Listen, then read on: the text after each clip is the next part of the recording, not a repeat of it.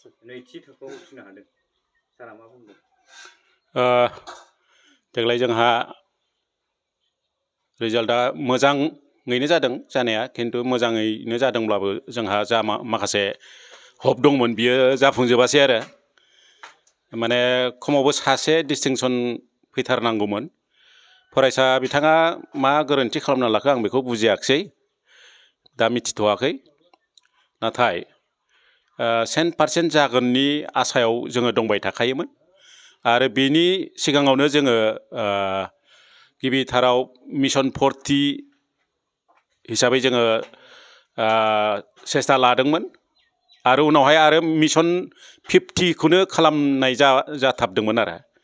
दा बिदिनोसै आथिखालाव माने समाजाव माखासे गिज्रा बारबो बारबाय थागासिनो दङ नालाय, बेनि खारनाव खायफा फरायसाफ्रा फोरोंगिरिफोरनि बिथोन आरो बोसोन आरो गाइडफोरखौ बारा गोसो होनानै फल' खालामनो सोलोङा, जाहोनाव माखासे फरायसाया बिदिनो माने सेकेन्ड डिभिसनसो मोनबाय आरो। नाथाय मिशन 60 नङाब्लाबो मिशन 40आ फुराफुरि माने जाफुंसिगौमोन, मानोना साब्रै फरायसाया 59.something% लानानै दायो सेकेन्ड डिभिजन पास खालामनानै दङ। बेबायदि डिस्टिंसन मोनथावथार फरायसाया माने 77%ल' लाबाय, नाथाय गुबुन सानै फरायसाया 80 आरो 79% बिथांमोना आवग्रिनो हाबाय आरो। गोजोननाय मोनदों, माने देग्लायनि बे बेटसआ आंनि फरायसालियाव माने मोजां रिजाल्ट खालामफैबाय।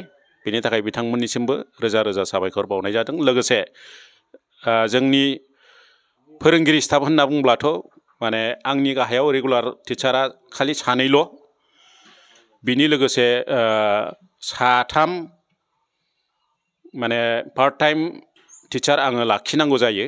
बिनिनो मादाव साइन्स मेथ्सखौ सासेयानो माने फोरोंनाय जायो आरो इंलिसखौ गुबुन सासेया फोरोंनाय जायो। बिथांमोननि गोबां माने बिहोमा दङ होनना आङो स्वीकार खालामो। बेबायदि बेखौथ' आं गुबुननि बिथिङाव आं मा बुंनो, आंहा फोरोंगिरि जाबाय जेला स्टाफआ जि कन्डिसनानो दाजाथों, स्कुलखौ फोथांनानै लाखिनांगोन आरो स्कुलखौ फोथांनानै लाखिनांगौब्ला आथिखालनि समाव माने एनरलमेन्टखौ बोरै बारायनो, एनरलमेन्ट बारायनो नांगौब्ला रिजाल्टखौ एखेबारे हार्डलि जोङो नाजाथाबनाय खालामनो नांगोन। स्पेशेल मोनसे टारगेट थानो नांगोन। दा बे स्पेशेल टारगेटखौ खालामनो थांनायाव स्टाफफ्राबो माने फुल्लि क'अपारेसन थानो नांगोन आरो स्टाफफोरनि गोसो खुसियै माने फ्रि गोसोहै फोरोंनाय समाव फरायसाफोरनो रोंहोथारनो नाजानाया बहुद माने गोनांथि दङ। नोंथाङा माबायदि बिसोरखौ इनकारेज होयो? फरायसा आरो फोरोंगिरिफोरखौथ' आङो माने फोरोंगिरिखौ आलदाहै आङो रायलायो आरो गावसोरबो गोसो होयो।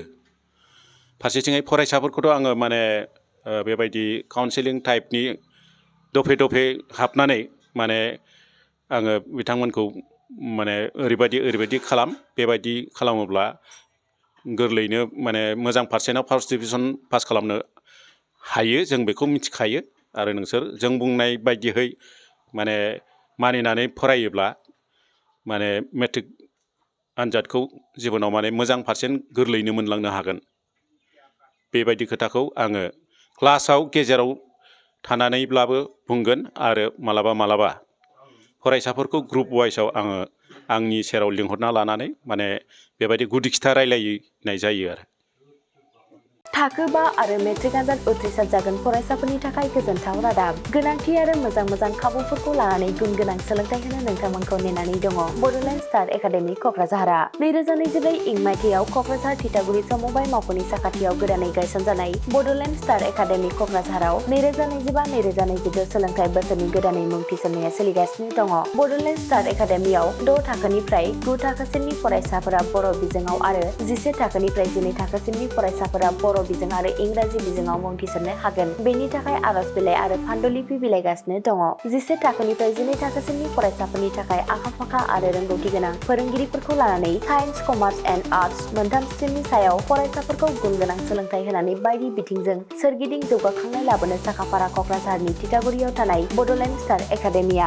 बड'लेण्ड स्टार एकाडेमियाव मुं थिसननोब्ला बाङाइ बेसेनाव मुं थिसननायनि गेजेरजोंनो फरायसाफोरा गाहायाव होनाय माखासे खाबुफोरखौ मोननो हागोन। इंराजि सोलोंनायनि खाबु, साखोन-सिखोन थाखो खथा, बिजाब बाख्रि, BPL थाखोनि फरायसा फरायसुलिफोरनि मुं थिसननायाव 20% मासुल रेहाय होनाय। बेजों लोगोसेनो नोंथांमोनहा JEE नीट आनजादनि थाखाय बेसेन नाङै फोरोंथाय, मान्थलि मक टेस्ट, जिउ राहा दानाय बायदि बायदि गियानलु आयदाफोरनि उफ्रा सोलोंफारिफोरनि खाबुफोरखौ मोननो हागोन। हौवासा आरो हिन्जावसाफोरनि थाखाय मुलाम्फा गोनां मोजां जामुं आरो मोजां थाग्रा खथानि खाबु गोनां हस्टेलनि खाबुफोरखौबो मोननो हागोन। बिदिब्ला गोबाव खालामाजासे नोंथाङाबो बड'लेण्ड स्टार एकाडेमियाव थाबैनो मुं थिसननायनि थाखाय सुलाद लादो।